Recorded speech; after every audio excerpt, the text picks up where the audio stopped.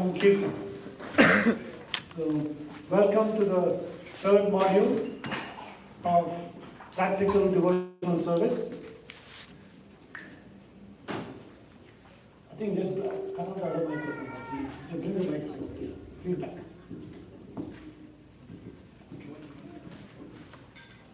Okay, so we are shifting gears a little bit and getting into the practicalities of devotional service in our day-to-day lives. And as you all know, most of us here have day-to-day jobs where we get back from Monday, right? We can't believe only the 64 Angas of Bhakti, unfortunately. So how do we balance the material and spiritual life? What does it mean? How do you think about it? And what does it mean in practical life? That's going to be the focus. So we'll have a plenary session for the next 35-40 minutes. And after that, we'll have a breakout for about 60 minutes. And we'll come back to the closing prayer. Okay? So Maharaj will talk about the concept of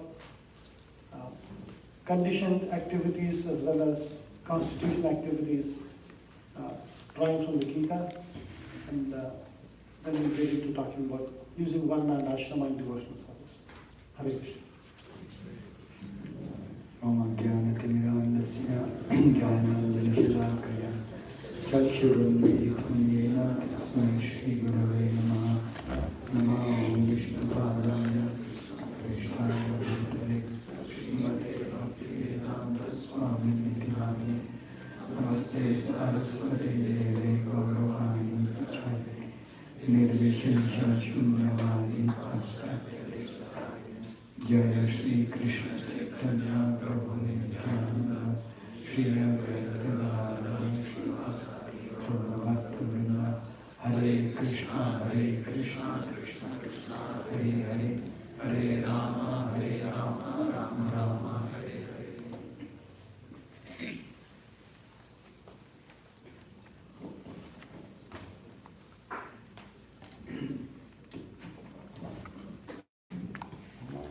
I was hoping my throat would get better, but it's getting worse. Still better. Am I audible at the back? Yes.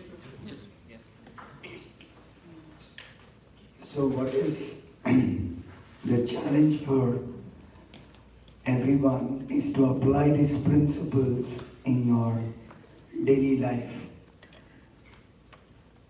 The morning half we saw how you can engage your body, mind and words in different ways in devotional service. But you cannot randomly choose, I like Kirtan, so let me do Kirtan all day. You cannot do that. It's not going to work. So, how to actually arrange your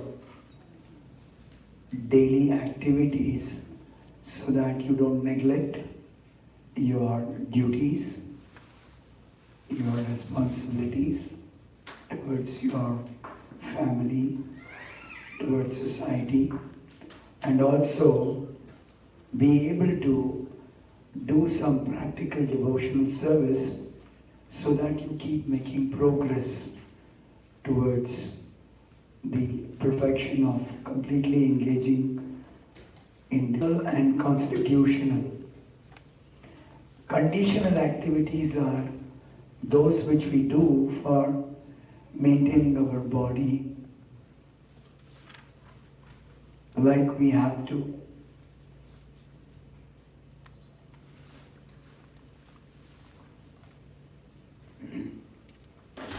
You can get me that, Mataji, give me. Yes.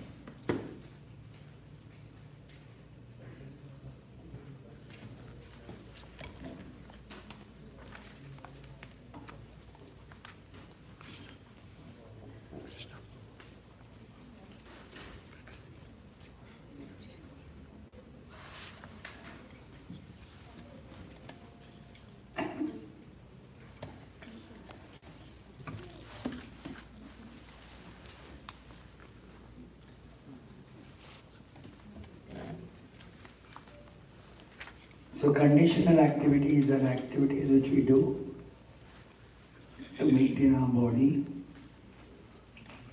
and constitutional activities are activities of the soul, which are devotional activities. So we have material activities and spiritual activities both.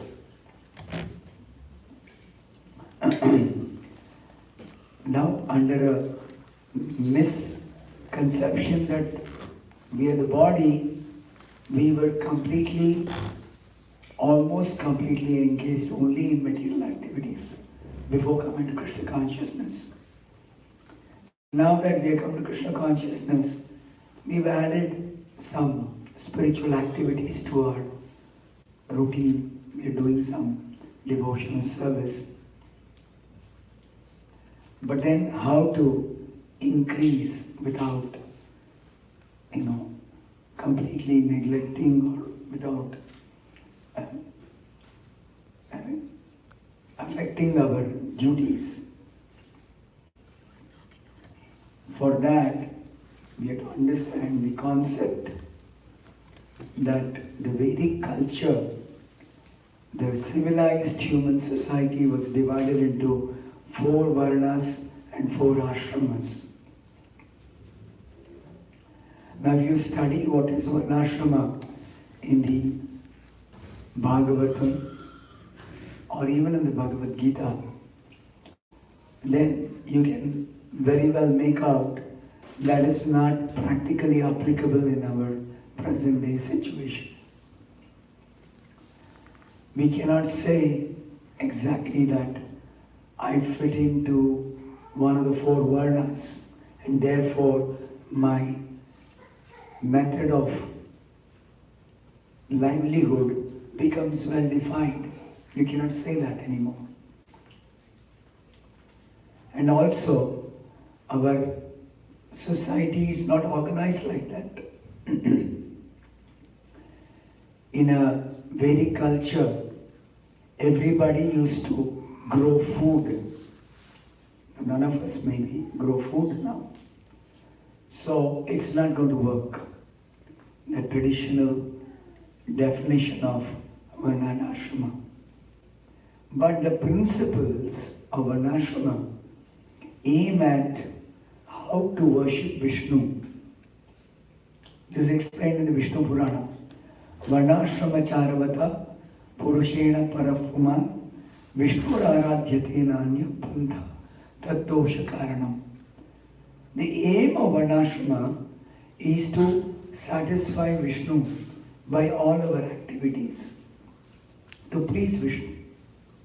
Now that is possible by adapting this varnashrama system into what is called as Daivi Varnashrama, where essentially we identify I am a devotee of Vishnu, I am a Vaishnava.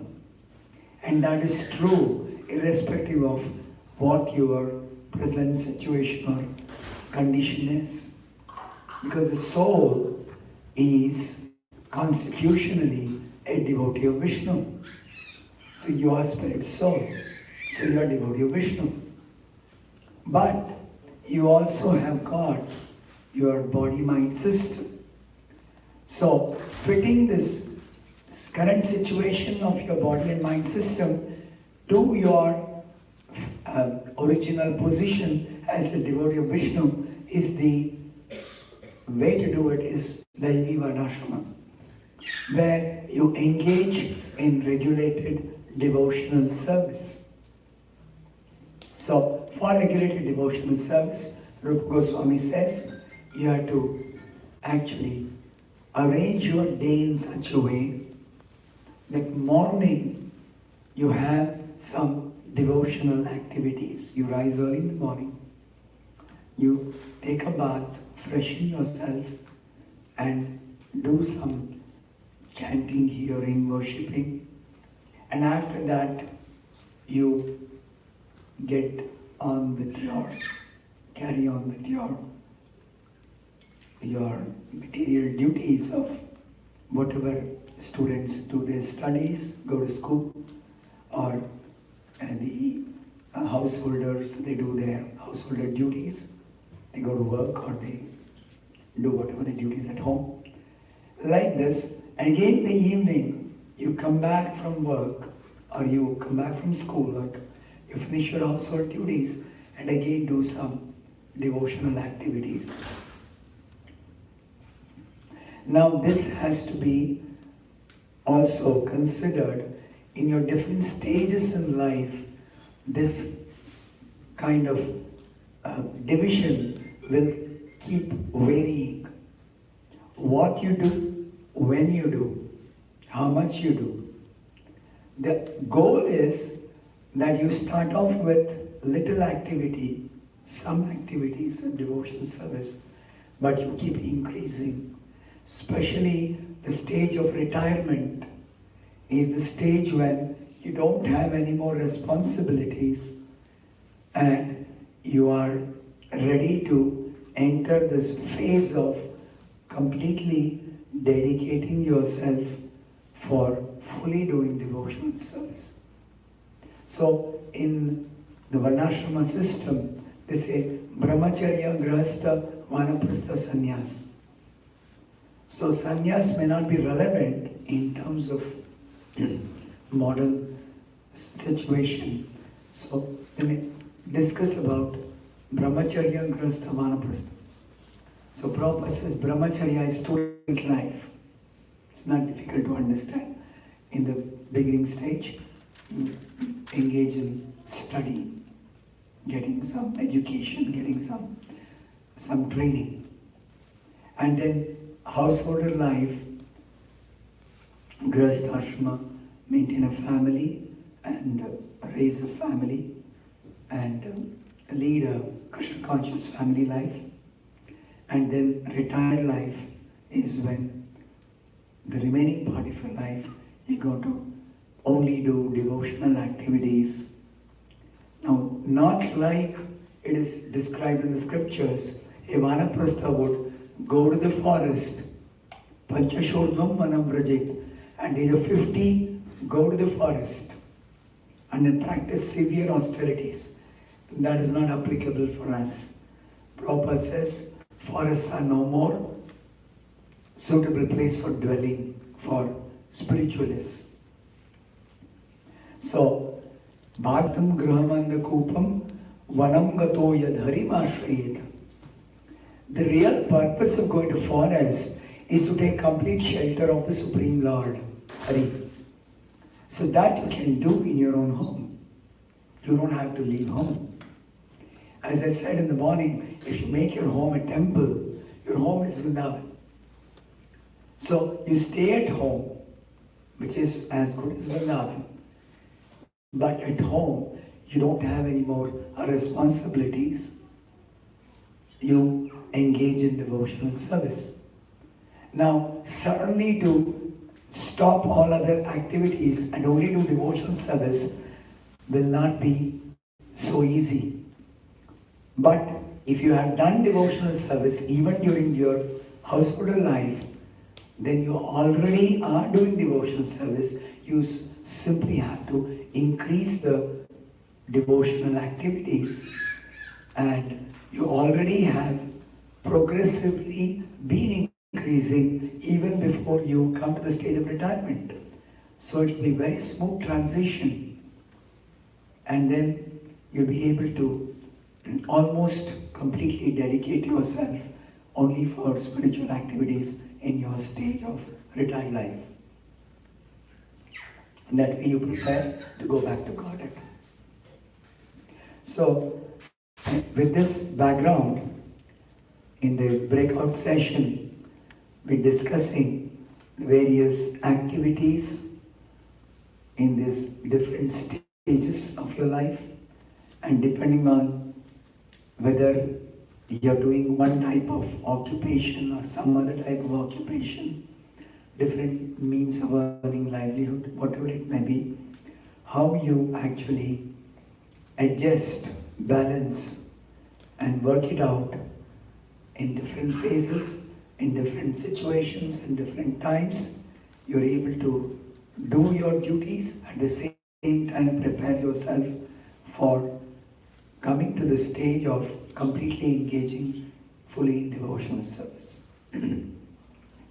So practically how this is done, what are the important points to be considered, and what is the practical formula that is given in the scriptures, this you will learn about this in the breakout session.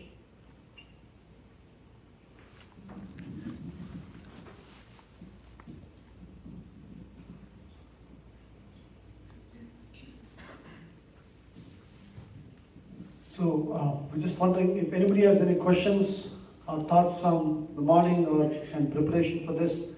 We can take questions for about 5 minutes, 10 minutes before we have to break up.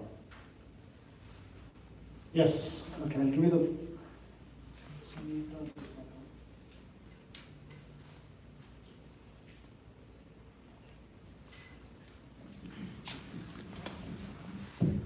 Namaskar, Swamiji. So I had a question regarding the very premise of this entire thing. You were saying that one cannot, so for instance, if someone wants to just keep doing kirtan all day, it's not something which is practically possible because of the fact that they have their day-to-day activities and they need to go on about doing that.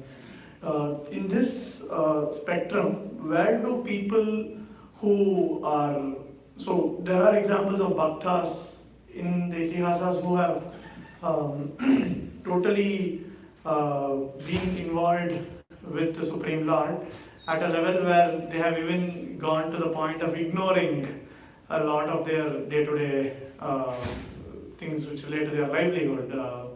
An example of this is probably Raghavendra Swami, who was, yeah.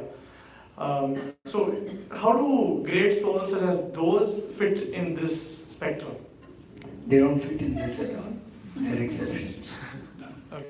Just like we don't fit into this. See, when we joined, when we are 25, 26 or 22 years old, we actually are breaking away from the conventional way of, living in the society. So as a full-time devotee, we don't fit into that. We have a totally different lifestyle, we have different activities. We don't have to think about earning money. We don't have to think even about cooking food or arranging for our prasadam. Everything is arranged by Prabhupada's arrangement in the temple. So it is a different lifestyle for us. So that choice is there for the rare few who join as full-time devotees. And that is there.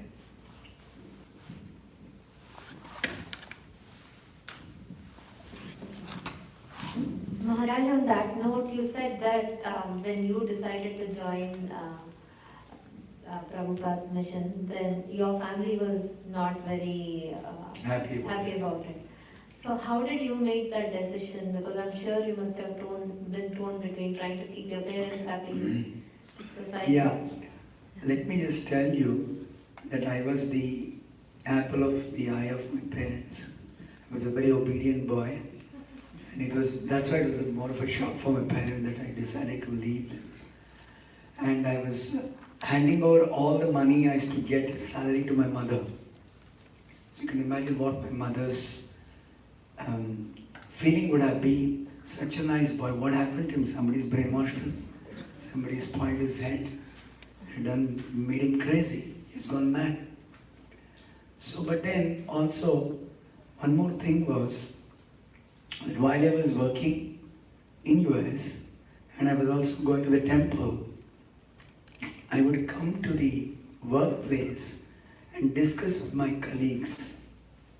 So I saw that some people are interested in hearing about Krishna Katha, Krishna consciousness. So let's say 8-hour shift. It was not an 8-hour shift. We would work as much as 10 hours, 12 hours, 14 hours also. So sometime during the day, because people work late, they'll relax and gossip.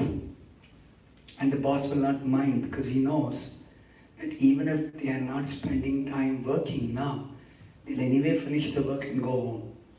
So nobody goes home at 5. It's a 9 to 5 job, but nobody goes home at 5 o'clock. Everybody stays back and they finish whatever their work is and then they go home. Somebody goes home at 6, 8, 10. I have even gone at 10 p.m. 12 midnight. I've stayed overnight and gone early morning 3 a.m. So we used to work like that. So I could afford to,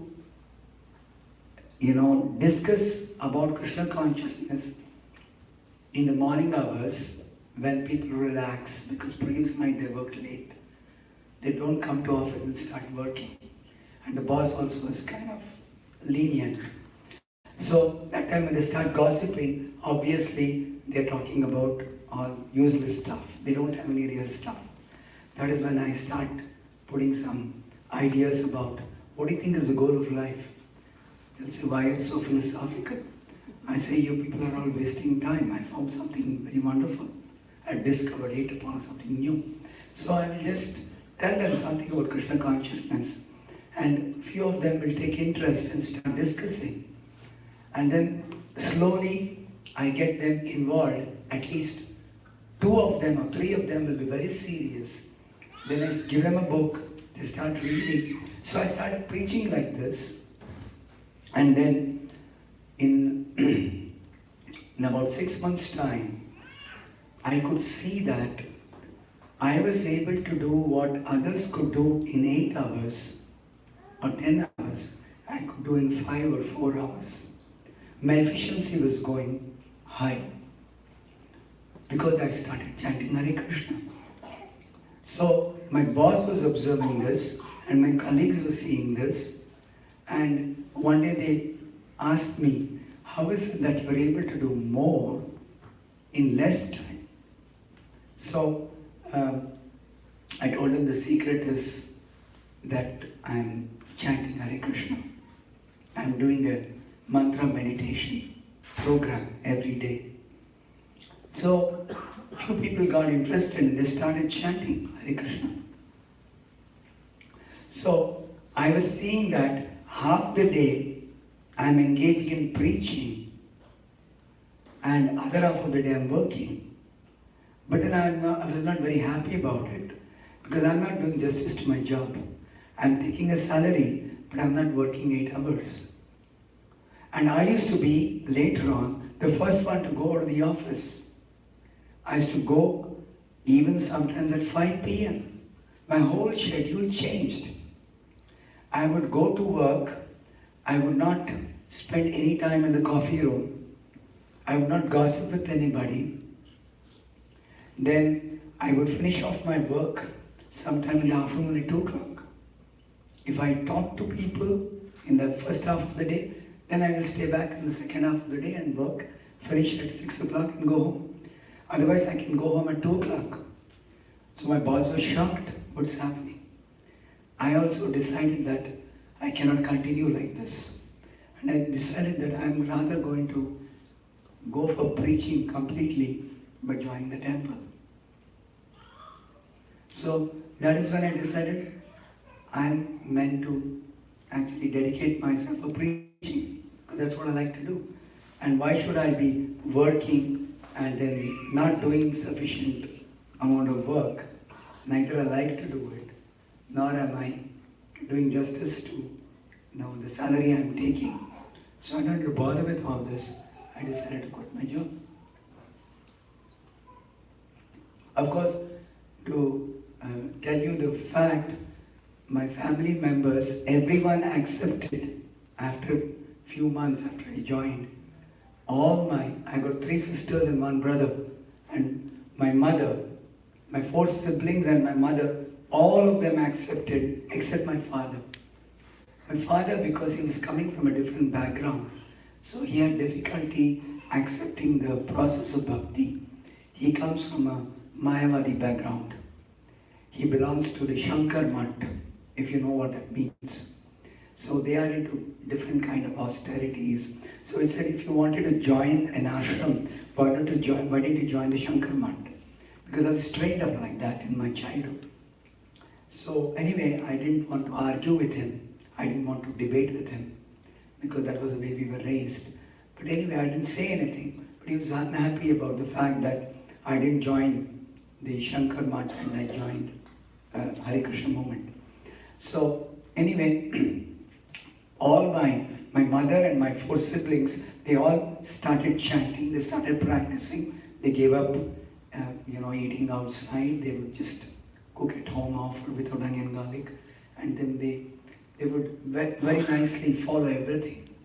So then after my father came to some terms with the others also, because he was shocked that everyone else is following, then my father also kind of accepted that it is nice what I have done.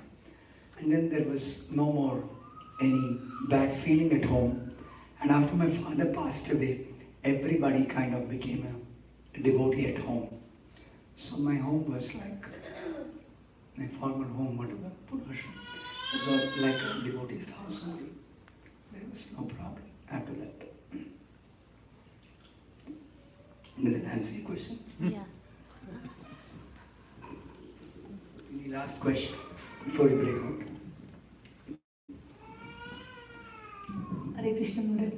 So, like many of us in the same situation that we don't do justice in our job, but at the same time, we feel that we can work also and contribute to temple.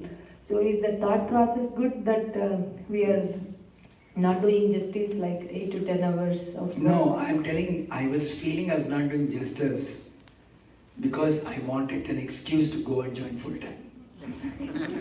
It's not really correct that I'm not doing justice because I was doing the work I was given.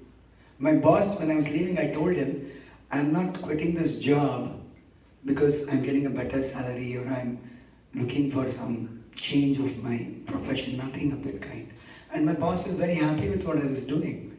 Even though he didn't like that I was going away, I said, okay, I'll work till 5 p.m. I'm not going to go away earlier than 5 p.m. He said, that's fine. Then when he came tomorrow and I'm going to join, he said, no, we can continue working. Even if you go home at 2 p.m., it's okay, but you're doing more than what everybody else is doing. So we are very happy with you. You're contributing the most. So in fact, when I first gave my resignation letter, they immediately gave me 2 increments and promised me promotion in the next round of that, whatever that... appraisal. I've forgotten all this. So, my paycheck came with 7,000 rupees. Those 7,000 rupees was a lot of money in India. 7,000 rupees more, even without my asking anything. And they already had given me a letter in advance that I am going to be some senior manager or something like that, even before I could, complete my 1 year of in that position, whatever. So it was just an excuse to justify my leaving the job and going as a full-time devotee. But otherwise, it's not really true that, all of you are doing. It's not that you are not doing justice to your job. They are going to extract work from you when they're paying your salary. They're smarter than all of us. So you don't have to feel guilty about it. It's not true anymore. Thank you. And as householders, it's important that you also think that as full-time devotees, especially in US, it's not going to work out. That you don't have a source of income, you're going to fully depend on the temple, and then you have a family to raise. It's not, going to work out really. You have to think of the family also. You cannot neglect your family because they are also devotees. Family members are devotees.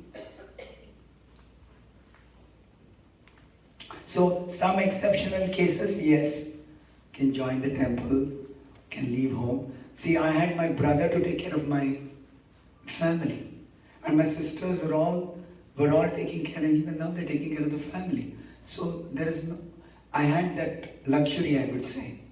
Not everybody has. If somebody is the only son of their parents, they may not be able to do what I did.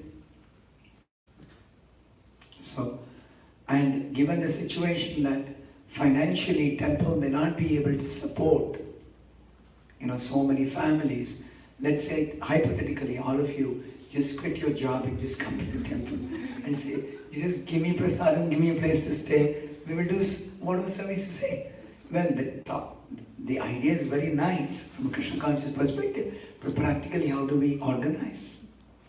Prabhupada, in the beginning days, He sent full-time devotees to go and work outside and to do a job and bring all this Hungary and give it to Prabhupada. So that is US. That is United States of America. So we don't want you to do that. You're having a job, continue to do the job, but you intelligently balance out, your duties towards your family, your job, and your workplace, and you also practice devotional service intelligently so that your spiritual progress is ensured and you're able to balance out and do nicely. In fact, you can do better than what outsiders undergo a struggle. Even those who are not into Krishna consciousness, they also, if they have some family, they also are engaged they're having a challenging situation. How do they balance out giving time for family, giving and doing sufficient justice in their workplace? Definitely they also have challenges. So we don't have that kind of difficult situation. It is just that we have to make little adjustments intelligently by taking help of all the wisdom that is available in our scriptures. And that's what we're doing now. We're discussing that.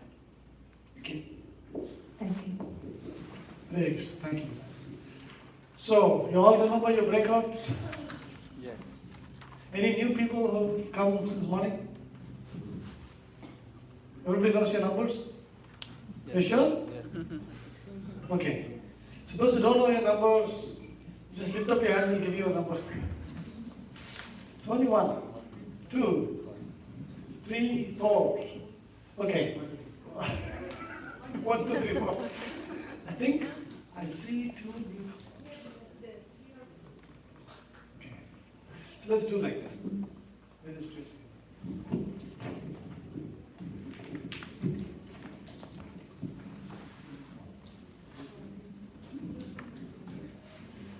So the family was there in the back. You are number 1. Breakout 1. You are 2. And Mataji, you are 3. Okay? You good?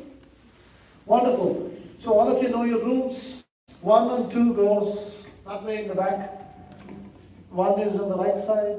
2 is on the right side. 1 is on the left side. 3 there and 4 stays here. Okay? Facilitators, everybody knows the assignments?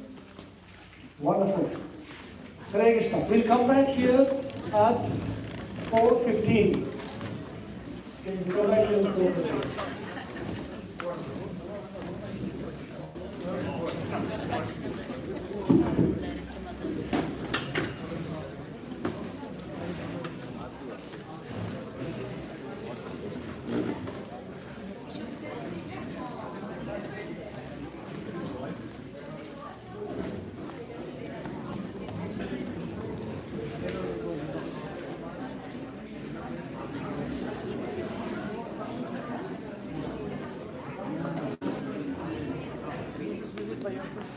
How long is the breakout session, Prabhu? I want to continue or should I stop?